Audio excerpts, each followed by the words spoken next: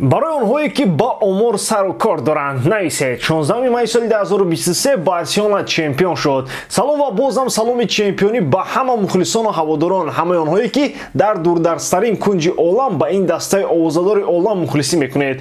چمپیونی در انتظار در لالیگا مبارک شود. به شبهه این موسم بارسلونا به این چمپیونی سزاوار بود و آن حق حلال اوست. مبارک شود، خیلی مبارک شود با کل فوتبالبازان و البته با جناب لاپورتا و بازم البته با نفرانی که عین زمان ما رو تماشا دارند. این باشد کانال بارسا تیجی از من محمد گایروف که امروز درباره بازی چمپیونی بارسلونا خواهیم گفت. اکنون تکسری ها رو بلند مونید، پوزارای یونباش گرفته میتونید ما رو گوش کنید. واقعا تا آغاز موسم دیگر این پوزا رو عوض نکنید، زیرا دیگر برای بارسا دیگر چیزی در کار نیست و بودم نمیتواند. در پی دو غالبیت اخیر بارسا چمپیونی رو گفتیم مومای خاصیت سربانو کرده بود و اکنون آن در دل کاتالونیا در خانه حریف شدید در میدان اسپانیول صورت گرفت. امشب وقت خوراکشی بعضن از نفران را حتی از مسکو شنیدن ممکن بود. بارسلونا در مهمانی با اسپانیول واخورد. هزاران نفر مخلصان اسپانیول با امید پیروزی دسته خود تا حتی راه و راهروی میدان را پر کرده بودند، زیرا آنها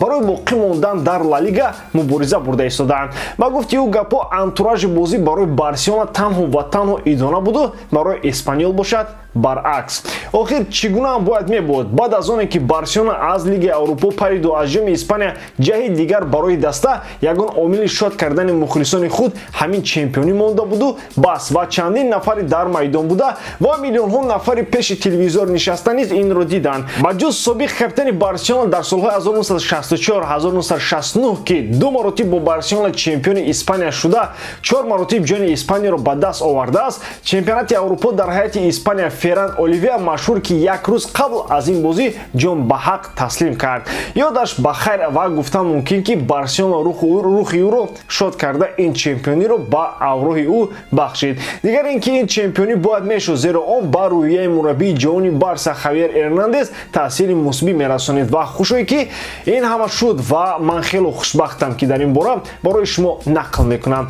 اکنون بیاید ببینیم که در این بازی چمپیونی کیها شرکت کردند.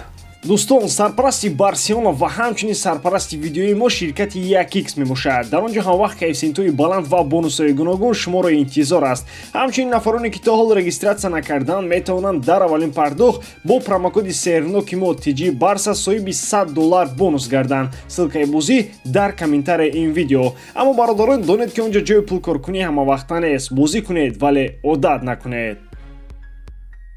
خاوی در حیات اولیه این بازیگران را جو کرد. مارک اندره تر شتگن در دروازه، بالده، کریستنسن، اراوخو و کونده در دفاع، دیونگ، بوسکس و پدری در میانه میدان و گاوی، رافینیا و لیواندوفسکی در خط هجوم.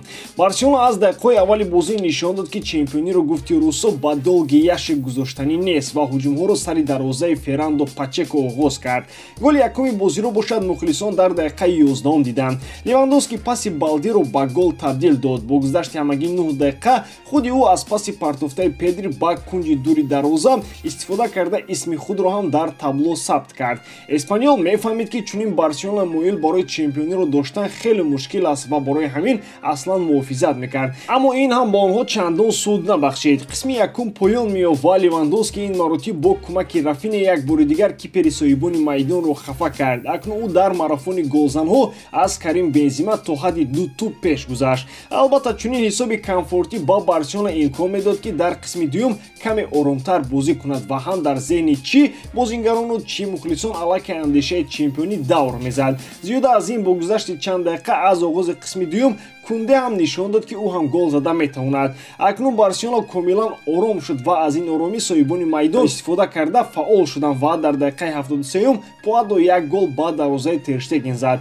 در ادامه مارک زیاد میخواست که دیگر با دروازه‌اش گل سر نهاده با رکورد نو بازم نزدیکتر شود، اما نتوتا بلا گفت ایگنات پتروویچ. در اضافه 4 دقیقه دیگر اسپانیول یک گل دیگر زد، اما این دیگر برای چمپیونی 27 بارسلونا یک گل مانع نبود. این گل البته اسپانیول را از باخت نجات надод ва ҳам Барселонаро аз тахти чемпионӣ поён накард. Дар идомаи қисми дуюм Хави Дембеле, Жорди Алба, Маркос Алонсо, Фати ва Кесиро ҳам ба майдон овард, аммо ин ҳама барои ширкат дар ин тантана ва барои рақс дар ин тӯй ба майдон бароварда шуданд. Зери гуфти Раҳматӣ Алауддин кори хирс аллакай дар қисми якум тамом шуда буд. Садои уштаки довар кулли мухлисони Барселонаро ба по хезонид ва фикр дорам, чун мухлисони ҳамешагии футбол шумо ин манзараро тасаввур карда метавонед.